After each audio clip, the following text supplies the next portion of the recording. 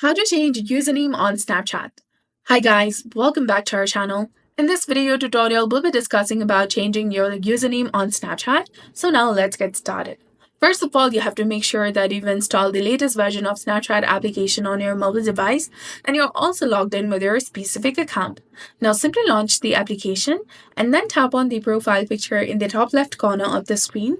From here, click on gear icon to access settings and privacy. Now click on the username option that is under the My Account section. Tap on it. Here you will see the option of Change Username that is highlighted in blue color. Simply tap on it.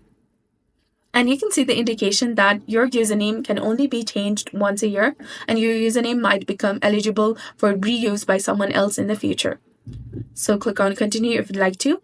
Enter a new username according to your preference that you'd like to set.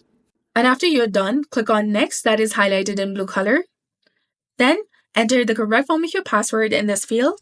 Click on Confirm. Click on Continue. And then you'll be done.